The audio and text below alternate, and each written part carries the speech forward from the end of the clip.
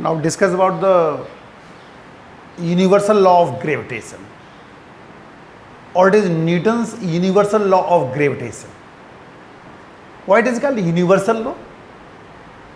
Because it is applicable throughout the universe. That's why it is known as universal law. So according to Newton, throughout the universe, each body exerts a force on another body, and this force depends on few factors. Suppose these are the two bodies, A and B. R is the separation distance from their centers. M1 and M2, these are the masses. Then according to Newton, force directly proportional to product of their masses and inversely proportional to square of the separation distance between them. Combine these factors, M1, M2 divided by R square, or F is equals to G M1 M2 by R square, where capital G is the proportionality constant known as universal gravitational constant.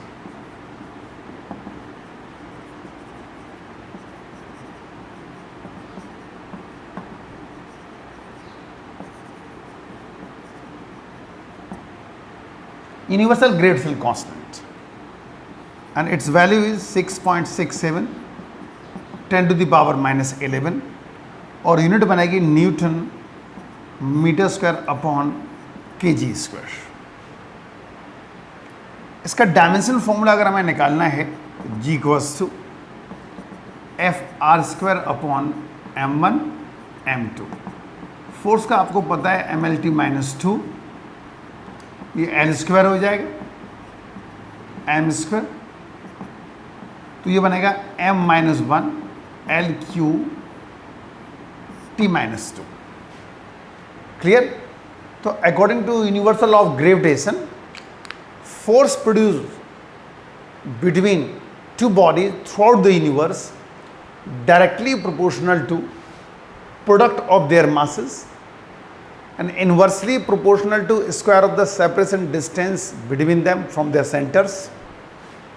Combine कर दिया तो एक proportionality constant आ गया capital G, and is universal gravitational constant, and its value is 6.67 10 to the power minus 11 newton metre square upon KG square. और dimensional formula अगर हमें निकालना है तो M minus 1 L cube T minus 2 हो जाएगा. ये जनरल फॉर्म थी न्यूटन्स लॉ ऑफ ग्रेविटेशन की. अब लेके चल रहे हैं vector form of universal law of gravitation.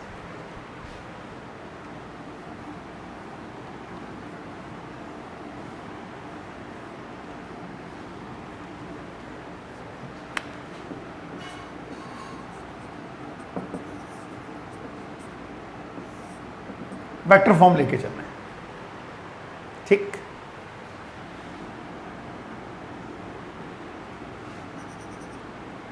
These are the two bodies, masses M1 M2. R is the separation distance. It is F12 F21. F12 means force on M1 due to M2.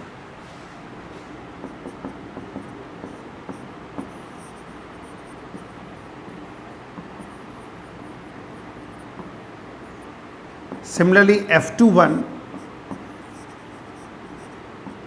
force on M2 due to M1.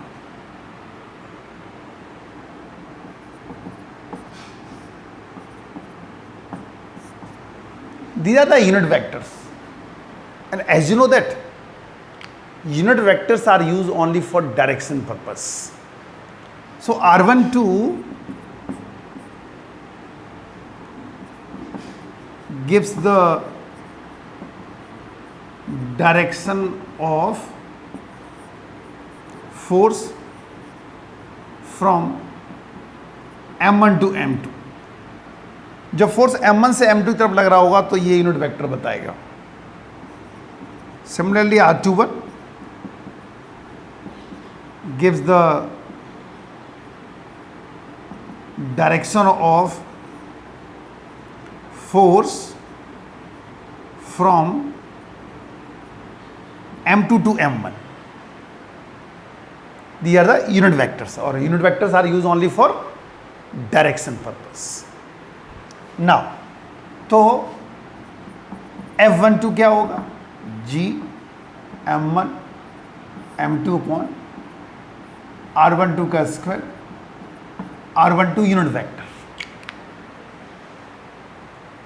F12 के साथ R12 क्यों आया? क्यों? F12 की direction ये है और R12 की डायरेक्शन ये है, दोनों ही पैरेलल हो गई, इसलिए F12 के साथ R12 आएगा. Similarly F21 equals to G M1 M2 by R21 का स्क्वायर, R21 यूनिट वेक्टर. ये वेक्टर फॉर्म हो गई न्यूटन्स यूनिवर्सल ऑफ ग्रेविटेशन की. यहां से हम लोग प्रूव कर सकते हैं न्यूटन्स थर्ड लॉ. दो कैसे? ये अमाउंट और ये अमाउंट आपस में कैसे होंगे? कांस्टेंट. लेकिन R12 to minus R21 magnitude में तो बराबर होंगे ही, यूनिट वेक्टर्स हैं. यूनिट वेक्टर का मैग्नीट्यूड 1 होता है, लेकिन डायरेक्शन अपोजिट है. वेक्टर क्वांटिटी है, डायरेक्शन अपोजिट है, तो आपको पता है माइनस साइन आ जाता है. That's why R12 unit vector equals to minus R21 unit vector. और अगर ऐसा है then F12 equals to minus F21. Every action there is a equal and opposite reaction. That is Newton's third law.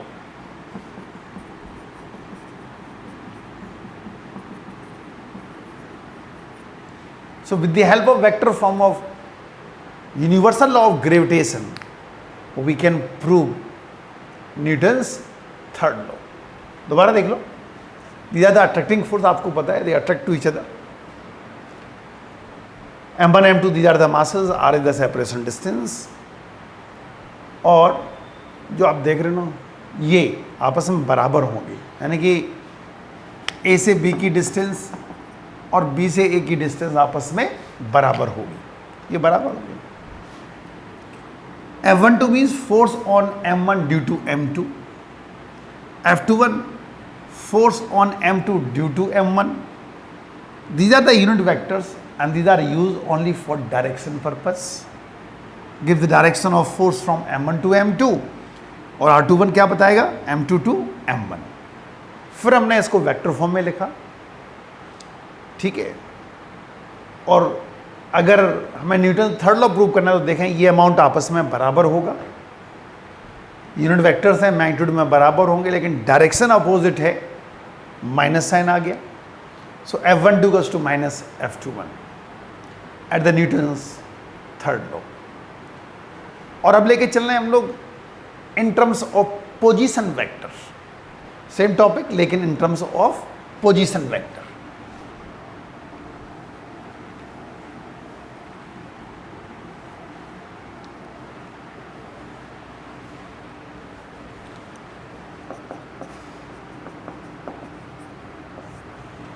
Position vector form लेके चल रहे हैं. और आपको पता है position vectors, vector are said to be position vector if they starts from origin. If they starts from origin, known as position vector. ठीक. तो इस तरह लेके चल रहे हैं हम लोग diagram.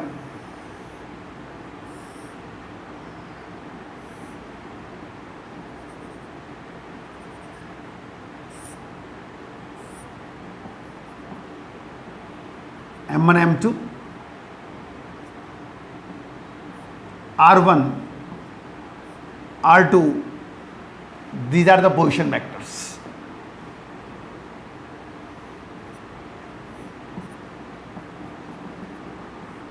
F12 F21,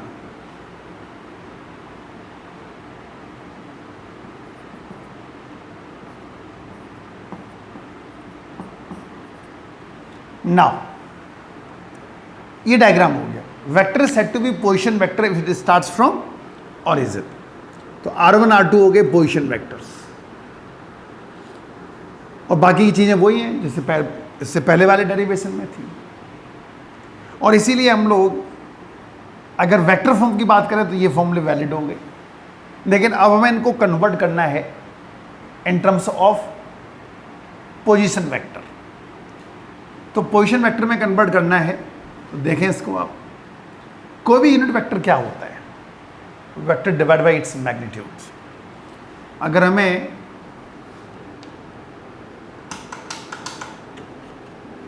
position vector लिखना है, जैसे आपको पता है कि vector A divide by its magnitude, तो क्या मिलेगा, ए यूनिट वेक्टर। सिमिलरली अगर हम R12 लिखना चाहें तो क्या आएगा, R12 vector divide by R12 magnitude. Similarly R21 vector divide by R21 magnitude. Clear? तो ये इस तरह यूनिट वेक्टर को हमने कन्वर्ट किया। अगर हम R12 लिखना चाहें इस ट्रायंगल से तो मिलेगा आपको R2 minus R1। Similarly R21 लिखना चाहेंगे तो R1 माइनस R2। ठीक, final position minus initial position करके ये आ गया। अब इनको चेंज करते हैं।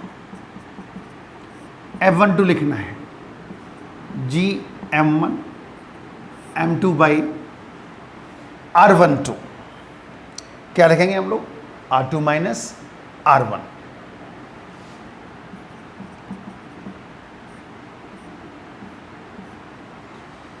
R12 जी क्या लिखेंगे, R2 माइनस R1 का स्क्वायर। ठीक, अब इसको चेंज करो R12 को, तो R12 क्या आएगा, R12 divide by R12 magnitude.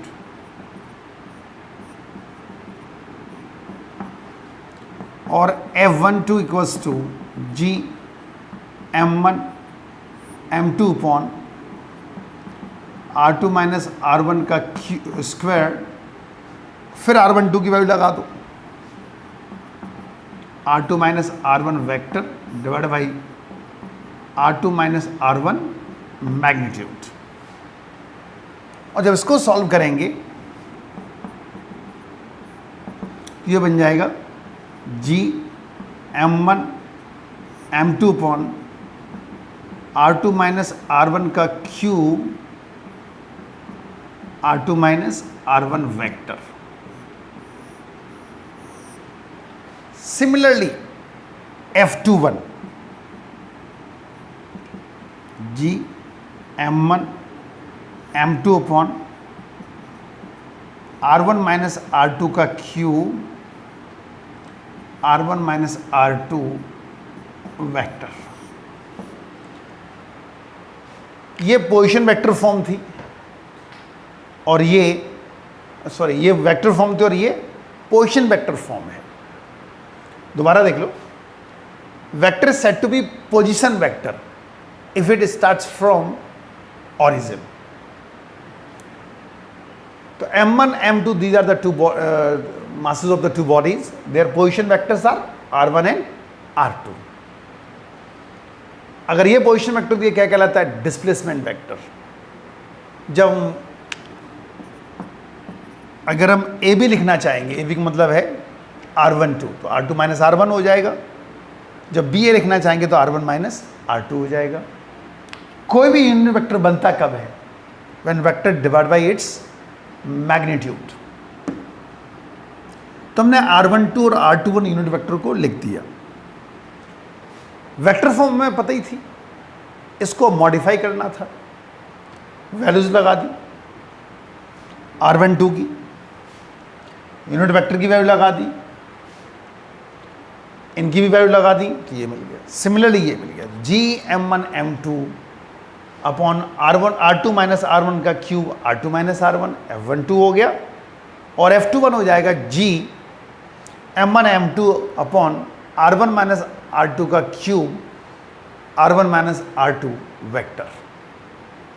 तो ये यूनिवर्सल लॉ ऑफ ग्रेविटेशन था, in general form, in vector form, in position vector form. अब इसके ऊपर कुछ न्यूमेरिकल्स लेके चलते हैं।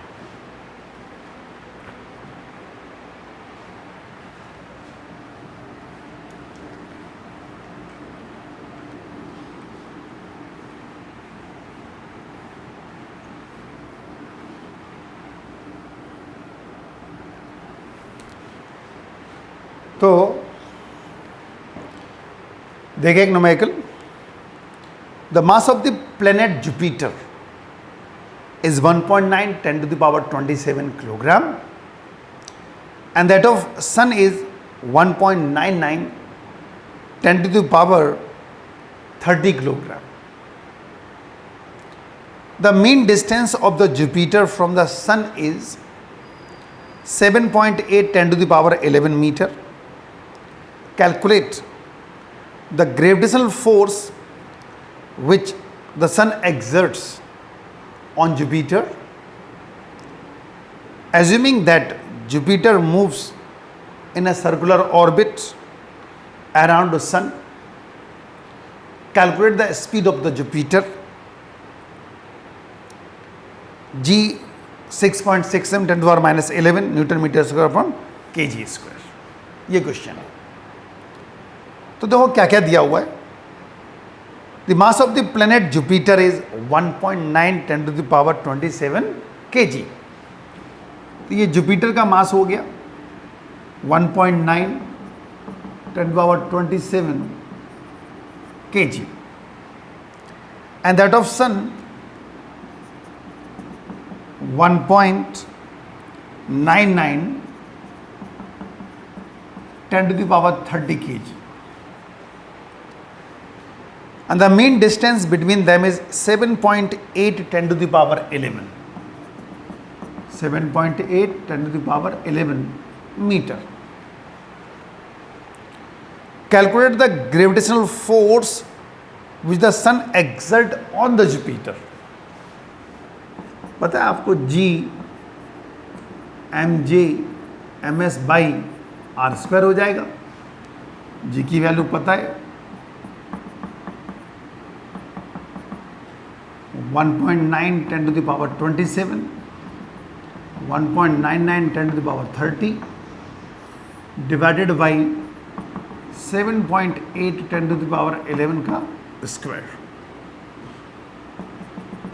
जब इसको सॉल्व करेंगे तो ये बनेगा 6.15 10 to the power 23। ये पहला आंसर आ गया। अब इसका दूसरा पार्ट देखो। Assuming that Jupiter moves in circular orbit around the sun, calculate the speed of the Jupiter. हमें स्पीड ऑफ द जुपिटर चाहिए। अगर मान लो ये सन है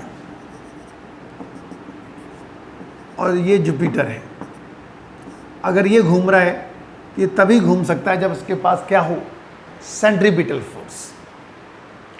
Body can moves on a circular path only if it having centripetal force, and the required centripetal force provided by universal law of gravitation.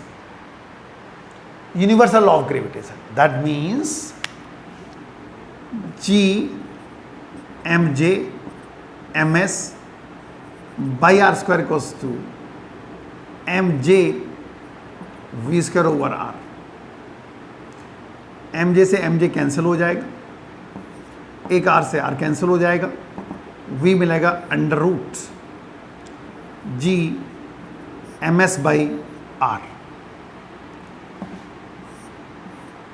6.67 10 to the power minus 11 into ms 1.99 10 to the power 30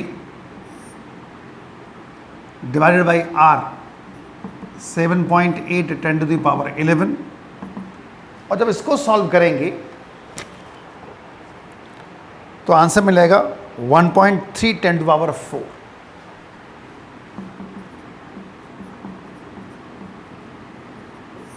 metre पर second. ये पहला numerical था। एक और numerical देखें।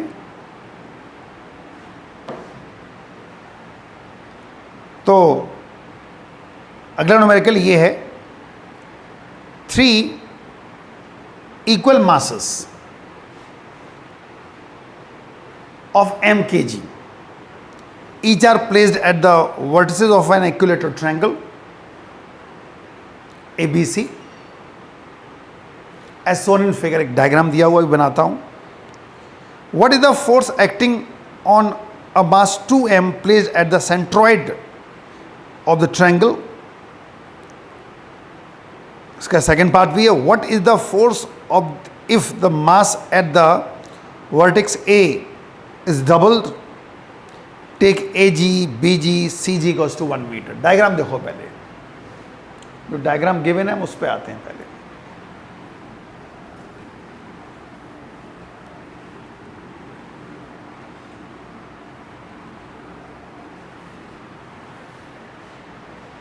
तो इस तरह क्वेश्चन है, एक इक्विलेटरल ट्रायंगल है ये, और यहां पे इक्वल मासेस रखे हुए, हर एक का मास m।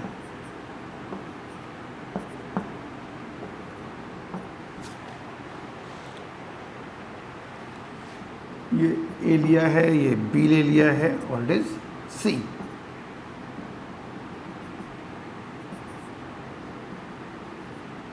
ये सेंट्रॉइड, दैट इज जी, और यहां पे मास 2m रखा हुआ है। 2m मास एट जी, यहां 2m मास रखा हुआ है, ठीक। और A G cos to, P G cos to, G C cos to 1 metre दिया हुआ है, इट्स 1। 3 इक्वल मासेस ये रखा हुआ है। And what is the force acting on a mass 2m placed at the centroid G of the triangle. ये पहला part है, पहले पहला पार्ट कर लेते हैं, फिर हम लोग सेकेंड पार्ट पे चलेंगे। इस पर हमें नेट फोर्स निकालना, ठीक। तो F1 का मतलब है force on G due to A, ये वाला फोर्स F1 क्या होगा, G 2m square by 1 along GA, ठीक है। और जब B पे फोर्स लगाएगा B, तो ये रिजॉल्व होगा, रिजॉल्व हो जाएगा भाई। फोर्स चलो ये आ जाएगा, F2 आ जाएगा, ये F3 आ जाएगा। F2 और F3 आपस में बराबर होंगे। F2 means force on G by B and F3 means force on G by C। ये भी G into 2m square by 1 आ जाएगा। और F2 की बात करें तो ये G 2m square by 1 along GB हो गया। और F3 क्या हो जाएगा, G into 2m square by 1 along GC हो गया। ये रिजॉल्व करने पड़ेंगे, इनको रिजॉल्व करना पड़ेगा क्योंकि नेट फोर्स हमें G पे निकालना है। तो ये एंगल 30 होगा, ये भी 30 होगा, ये भी 30 होगा। आपको पता है कि जिसके साथ एंगल बनता है तो कॉस कंपोनेंट आता है, तो इधर आ जाएगा F2 cos 30, इधर आ जाएगा F2 sin 30। ऐसे ही F3 रिजॉल्व होगा, इधर आ जाएगा F3 cos 30, इधर आ जाएगा F3 sin 30। It is clear from the diagram F2 cos 30 and F3 cos 30, they are equal and in opposite direction, so they cancel out, but their sine components are in same direction, so they will add. So net force at G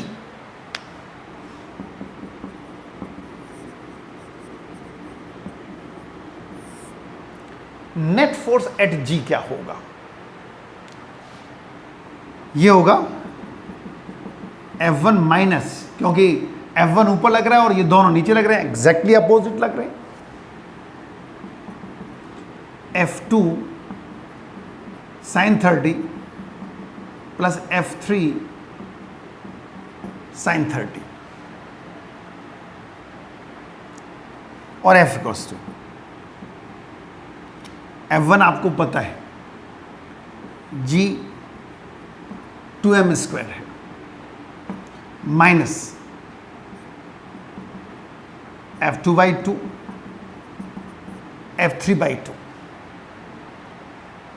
और F equals to G 2m square minus G 2m square by 2 G 2m square by 2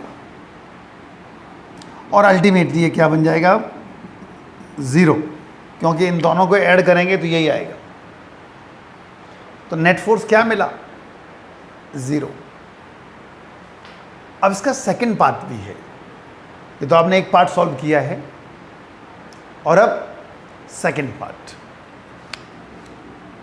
now second part है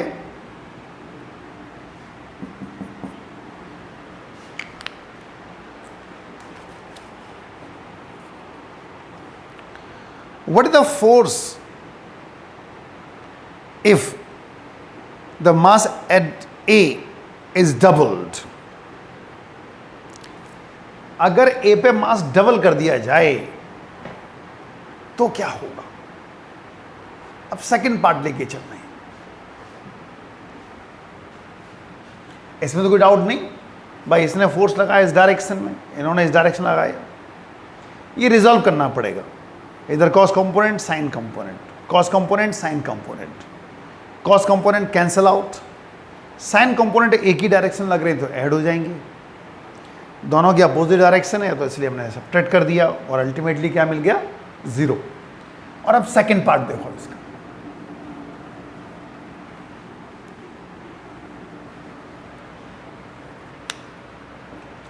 अब A पे 2m रखा हुआ है तो अब F1 क्या होगा, अगर यहां पे 2m कर दिया जाए। अब सेकंड पार्ट चल रहा है, यहां पे क्या हो चुका है 2m, तो F1 क्या हो जाएगा, G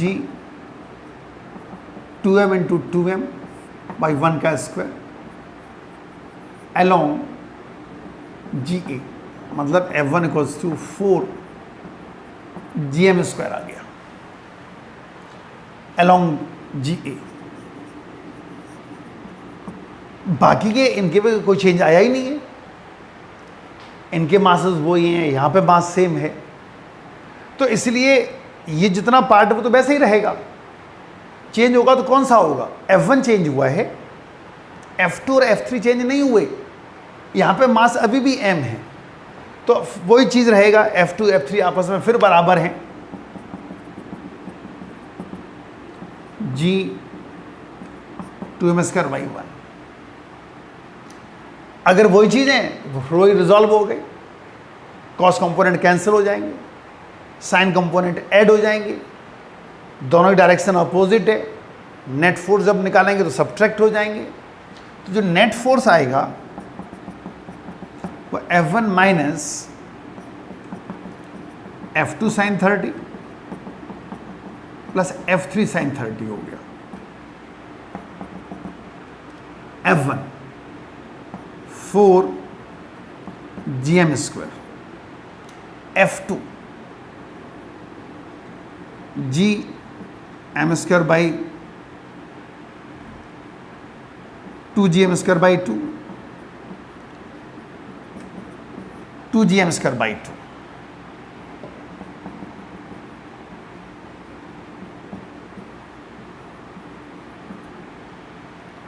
ये बन गया, ठीक। तो बचेगा कितना अब 2gm², और जो बचेगा वो किस डायरेक्शन में होगा, एक ही डायरेक्शन, क्योंकि ए फोर्स जो है वो स्ट्रॉन्ग फोर्स है, क्योंकि उसका मास 2m हो चुका है। जो डायरेक्शन आप लिखेंगे, यानी रिजल्ट आपको मिला F = 2gm² along GA। पहले वाला 0 हो गया था, लेकिन ये 0 इसलिए नहीं हुआ क्योंकि ए पे मास डबल कर दिया गया था, इसीलिए ये अमाउंट 0 नहीं हुआ। और जो बचा, आपको पता है वेक्टर फॉर्म में लिखना है तो फिर हमें डायरेक्शन लिखनी पड़ेगी, क्योंकि जो बचा हुआ फोर्स है आखिरकार वो किस डायरेक्शन में लगेगा, इसलिए हमने उसको उसकी डायरेक्शन में मेंशन कर दिया। Is it clear? तो अच्छा न्यूमेरिकल था।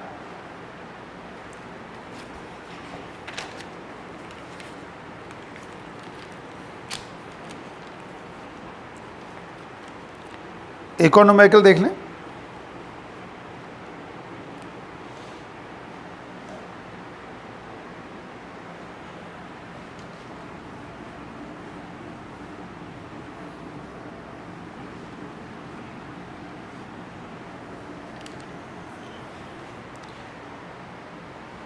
Three uniform spheres, each having mass m, radius r, are kept in such a way that each touches each other.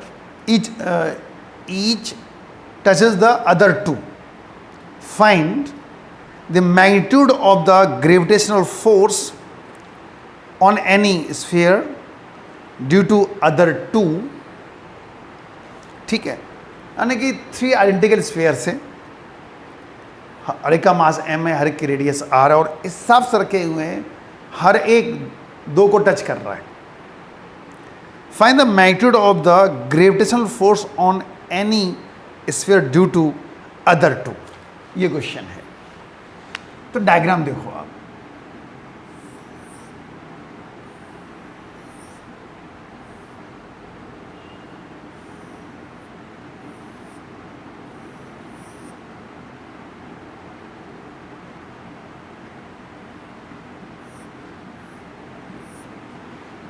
ये बन गया।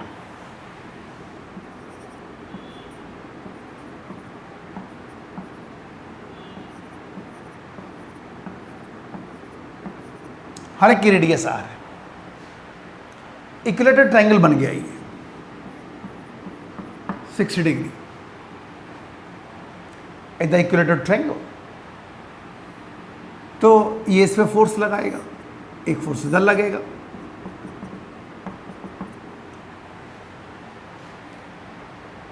बल्कि अट्रैक्टिव फोर्स लगता है, एक इधर लगेगा एक इधर लगेगा, F1 एंड F2। तो F1 F2 हो गए क्या, F1 हो जाएगा G m² / 2r², F2 हो जाएगा G m² / 2r²। अब यहाँ पे लगाना पड़ेगा हमें triangle law of vector addition. तो f equals to under root f1² plus f2² plus 2f1 f2 cos theta. तो f1 f2 बराबर है, इसको ऐसे लिख सकते हो आप, f1² 2f1² cos 60। f1² मैंने कॉमन लिया तो f1 बाहर आ गया, 1 + 1 + 2 cos 60 होता है 1/2। तो मिला f = f1 और √3। f1 f2 कुछ भी है आपको पता है, तो नेट फोर्स आपको मिलेगा G m² अपॉन 2 r² √3।